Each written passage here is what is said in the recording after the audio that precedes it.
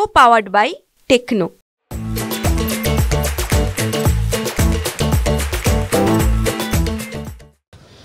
मला काय आहे की खूप अपेक्षा होती की या राज्यामध्ये काही नियम आहे, कायदे आहे, आपला देश जे आहे ते संविधानाप्रमाणे चालणारा देश आहे.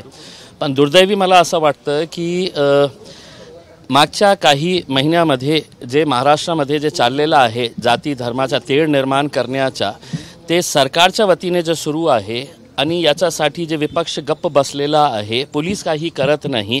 दुर्दैवाने मला असं म्हणावं लागत आहे की हायकोर्टाकडून अपेक्षा होती, पण हायकोर्टानेही जसा बोलायला पाहिजे होतं याच्या बाबतीत की कोणीही कोणत्या दुसऱ्या जातीच्या धर्माच्या बाबतीत बोलू नये, तरीसुद्धा दररोज आपल्याला हे ऐकायला मिळत आहे.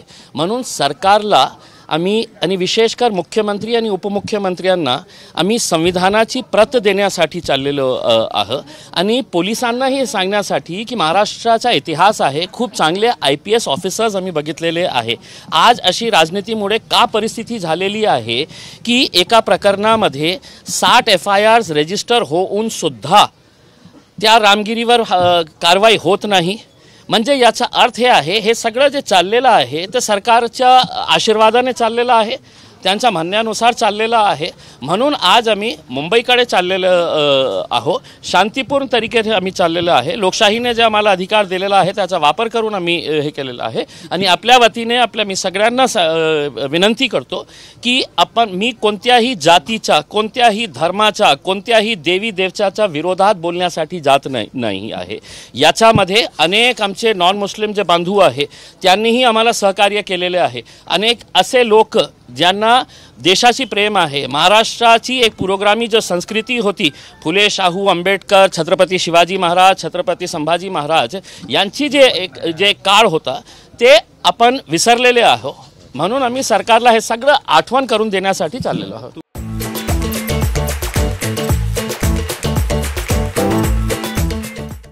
रॅली कोण्या मार्गाने जाणार आहे? किती आम्ही पहिले निर्णय घेतला होतो की आम्ही गंगापूर वैजापूर मार्गाने जाणार. पण आम्ही बघितलं की सरकार कोणत्या पातळीवर आलेले आहे, कशा प्रकारचे घाणेरडी राजनीती सुरू आहे आणि पोलिसांचा कशा उपयोग करण्यात येत आहे, हे सगळं आम्ही बघितलेलं आहे. 3 दिवसापूर्वी गंगापूरमध्ये ज्या मुद्द्याला घेऊन आम्ही मुंबईपर्यंत जात आहे, त्या गंगापूरमध्ये एका हिंदुत्ववादी संघटनांना तिथे बोलवण्यात आलेलं आहे की तुम्ही मोर्चा काढा, रॅली काढा. आणि तिथे जे लोकांना बोलवण्यात आलेले आहे सगळे घाणेरडी वृत्तीचे लोक आहे. त्यांचा काम काय आहे की स्टेजवर उभे राहायचं, एका समाजाला टार्गेट करायचं, द्वेष निर्माण करायचं, हे सगळं काम चाललेलं आहे. म्हणून आम्ही कोणत्याही टकराव न करता आम्ही निर्णय घेतला की आम्ही समृद्धी मार्गाचा वापर करून आम्ही मुंबईपर्यंत जाऊ. तुम्ही मुंबई कुठे जाणार आहात, तिथे कुठे तुम्ही कुणाला आम्ही मुंबईला जे समृद्धी मार्गाने आम्ही जाणार आहे. मागच्या 2 दिवसापासून मुंबईचे सगळे पोलीस अधिकारी जे आहेत ते आमच्या संपर्कात आहे की नाही इथे आपण थांबू शकत नाही, इथे आम्ही तुम्हाला परवानगी देऊ, तिथे देऊ, हे करू. मी म्हटलं की मला फक्त मुख्यमंत्री, उपमुख्यमंत्री आणि महाराष्ट्राचे DGला आमचं निवेदन द्यायचं आहे, संविधानाची एक प्रत द्यायची आहे आणि त्यासाठीही आम्ही चाललेलं आहे. आता काय आहे की काल दुपारपर्यंत पोलिसांनी मला सांगितलं की नाही तुम्ही इथपर्यंत जाऊ शकत नाही, तिथपर्यंत जाऊ शकत नाही, हे मैदानावर तुम्ही. मी म्हटलं साहेब मी येत आहे, लोकशाही मार्गाने मला जे अधिकार दिलेला आहे कोणत्याही हंगामा न करता मी तिथे येत आहे. आता तुम्हाला काय करायचे आहे ते आल्यावर तुम्ही मला सांगा. मला माहीत नाही आहे. आता इथून आपण सुरुवात करत आहे, कुठपर्यंत ते आम्हाला परवानगी देणार आहे मला माहीत नाही. बघा, जेव्हा माझी पहिली पत्रकार परिषद झाली होती त्याचवेळी मी प्रामाणिकपणे सांगितलं होतं, आज पुन्हा ते रिपीट करत आहे की हे जो लोक आज माझ्यासोबत येणार आहे ते फक्त कोणत्या एका पक्षाचे नाही आहे. मी स्पष्टपणे सांगितलं होतं तुम्ही कोणत्या जमाताशी संबंधित आहे, कोणत्या तंजीमाची संबंधित आहे किंवा कोणत्या राजनैतिक पक्षाची संबंध आहे. एक मुसलमान म्हणून ज्यांना असं वाटतं की बाबा आज इतकं होऊन की लोक आम्हाला इतकं धमक्या देऊ लागले ओपनली की मशिदीमध्ये घुसून आम्ही मारू मुसलमानांना, इतकं स्पष्ट बोलूनसुद्धा पोलीस गप्प बसलेले आहे.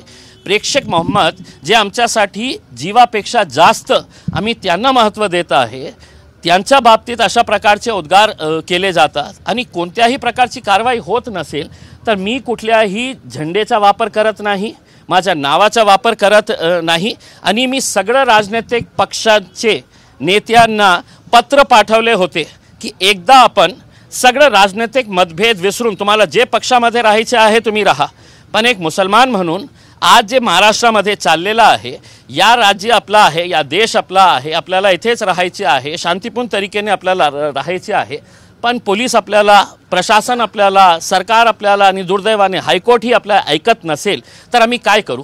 म्हणून आम्ही मुंबईचं जनजीवन विस्कळीत होईल आजच्या तुमच्या. मला माहीत नाही साहेब, मला माहीत नाही आहे. अनेक असे आंदोलनं झालेले आहे, अनेक असे मोर्चे मुंबईमध्ये निघालेले आहे. फक्त इम्तियाज जलील चालला तर मुंबईचं जीवन विस्कळीत होणार, मुंबईचा लॉ अँड ऑर्डर होणार, मुंबईचा ट्रॅफिकचा इश्यू होणार आहे. ते सरकार, प्रशासन, पोलीस बघतील. बरं, असं तुम्हाला अडवल्यानंतर मी मागितलं नाही. तुम्हाला अडवलं रस्त्यात तर बघू ना साहेब, एकदा निघून द्या, एकदा निघून द्या. मागच्या वेळी आम्ही जेव्हा आरक्षणासाठी गेलो होतो तर जर सर्व जिल्ह्यामध्ये बॅरिकेड्स टाकून आम्हाला अडवण्यात आले होते. मुंबईपर्यंत गेलो होतो आम्ही. आता बघू, निघू तर द्या. मुख्यमंत्र्यांना आणि यांना परत देण्यासाठीचे डीजींना याच्यासाठी चाललो साहेब. मुंबई बघितलेलं आहे अनेक वेळा, इंडिया गेट बघितलेलं आहे कशा आहे, मुंबई कशी आहे बघितलेलं आहे, समंदर बघितलेलं आहे. आता यांना बघण्यासाठी आम्ही चाललो आहे. एखादं शिष्टमंडळ आलं तर तुम्ही त्यांना भेटणार आहात का आणि तिथून काही लोक त्याच्यासाठीच आम्ही चाललो साहेब. आता या सरकारवर आहे, त्यांनी बघा की किती लोकांचा रोष आहे, किती लोकांना असं वाटतं की नाही हे सरकार जे आहे, हे पोलीस जे आहे, हे प्रशासन जे आहे ते बरोबर काम करत नाही आहे. आणि फक्त मी मुस्लिमांच्या बाबतीत बोलत नाही, अनेक असे सेन्सिबल जे सेक्युलर नॉन मुस्लिम्स आहे तेही आमचं समर्थन करत आहेत, कारण त्यांनाही अशा प्रकारचा भेदभाव जे जाणून बुजून करण्यात येत आहे ते कोणालाही पाहिजे नाही. दाखल केला जात नाही असं आपल्याला वाटतं. राजनैतिक दबाव आणि राजनैतिक दबावामुळेच आज गंगापूरमध्ये सभा घेण्याची परवानगी देण्यात आलेली आहे. दुसरं महत्त्वाचं, तुम्ही या एकाच गोष्टीसाठी चाललेला आहात का अजूनही काही तुमच्या वेगळ्या मागण्या आहेत? आमच्या 2-3 मागण्या आहे. एक मागणी तर आम्ही हे केलेली आहे, आम्ही निवेदन पाठवलेलं आहे DG साहेबांना आणि मॅडमना, आणि आम्ही सांगितलेलं आहे की असा कायदा करण्याची आवश्यकता आहे की कोणीही कोणत्याही जातीचा, धर्माचा किंवा महापुरुषांचा अपमान करू नये.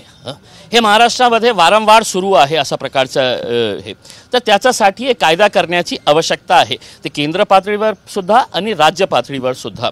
दुसरं म्हणजे हे जे चाललेलं आहे ते नितेश राणे ज्या प्रकारचे वक्तव्य करत आहे आणि अनेक त्यांचे असे लोक आहे ज्यांना सोडण्यात आलेले आहे की तुम्हाला जे बोलायचे आहे, जे बकबक करायचे आहे तुम्ही करा, आम्ही तुम्हाला हात लावणार नाही. मग त्यांचा कायदा वेगळा आहे का आणि माझ्यासाठी कायदा वेगळा आहे का, हे प्रश्न त्यांना विचारण्यासाठी गेलेलं आहे.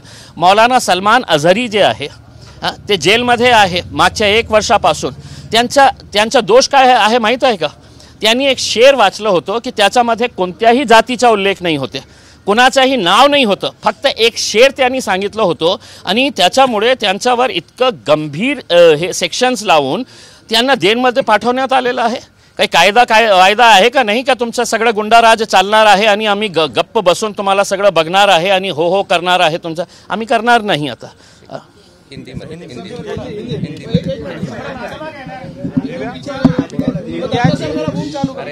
ए वो गाड़ी लेके आए तो उधर टी-शर्ट करवा दो ना, सईद को बोलो लेके जाओ कर. बसेस के अंदर जितने बच्चे हैं वो सब बच्चों को. सर क्या बताएंगे, आप मुंबई निकले हैं आज, क्या भूमिका है आपकी? जय जी, आज आप निकल रहे हैं मुंबई की ओर, किन मांगों के तहत आप जा रहे हैं और क्या सरकार से आपको इस चलो मुंबई की इजाजत मिली है या फिर नहीं मिली है? देखिए साहब, सरकार जानती है कि महाराष्ट्र के अंदर जो हरकतें हो रही है वो सरकार द्वारा ही चलाई जा रही है. पुलिस का कैसे इस्तेमाल किया जा रहा है, बहुत दुर्भाग्य के साथ ये कहना पड़ रहा है. आज महाराष्ट्र में जो जाति, धर्म और मज़हब की दीवारें खड़ी की जा रही है, जो दंगा भड़काने की कोशिशें की जा रही है, जो स्टेज के ऊपर खुले आम मुसलमानों को गालियां दे रहे हैं, ये धमकी दे रहे हैं कि हम मस्जिदों में घुस कर मारेंगे, तो क्या ये क्रिमिनल एक्ट नहीं है? क्या इसके ऊपर कार्रवाई नहीं होनी चाहिए? नहीं हो रही है। इस वजह से हमने ये फैसला किया कि हम मुंबई तक जाएंगे और महाराष्ट्र की सरकार, विशेषकर मुख्यमंत्री एकनाथ शिंदे साहब, जिन्होंने उस रामगिरी का समर्थन करते हुए ये कहा था की तुझ्या केशालाही आम्ही हात लावू देणार नहीं, म्हणजे इसका मतलब ये है कि जो मानसिकता इस रामगिरी की है वही मानसिकता लेके महाराष्ट्र के मुख्यमंत्री अगर काम कर रहे हैं तो हम उन्हें यह एहसास दिलाने के लिए जा रहे हैं कि ये देश चलेगा तो कायदे के हिसाब से, ये राज्य चलेगा तो कानून के हिसाब से चलेगा।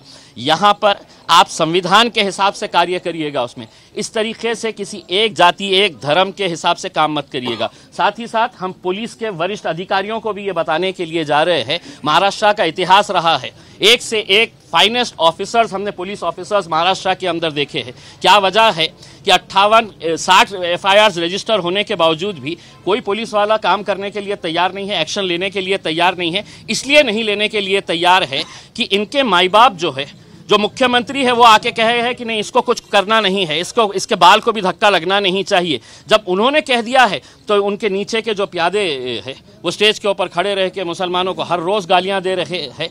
तो हम सिर्फ अकेले मुसलमान जा रहे हैं ऐसा नहीं है।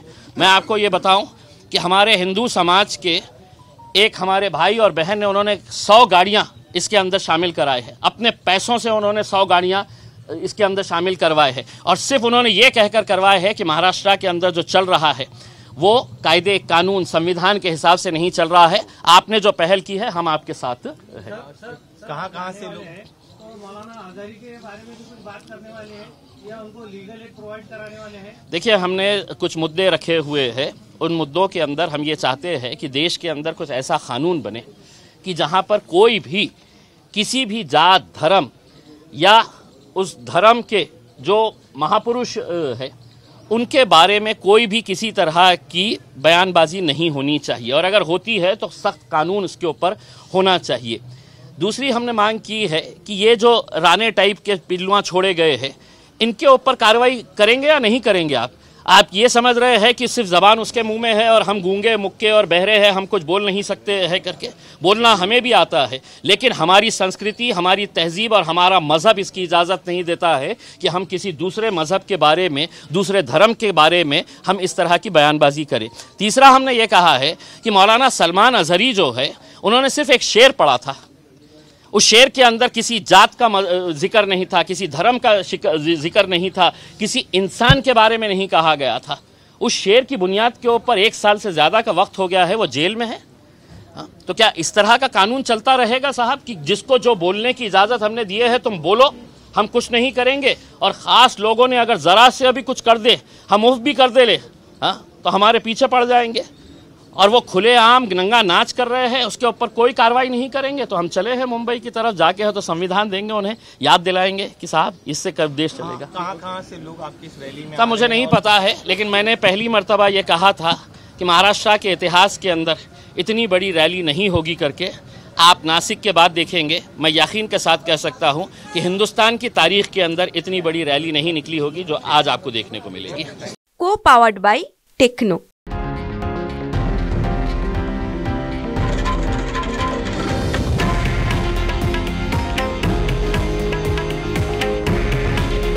हे आहे देशातील नंबर 1 न्यूज नेटवर्क आणि आपण पाहत आहात TV9 मराठी। काळजी तुमची, हित महाराष्ट्राचं।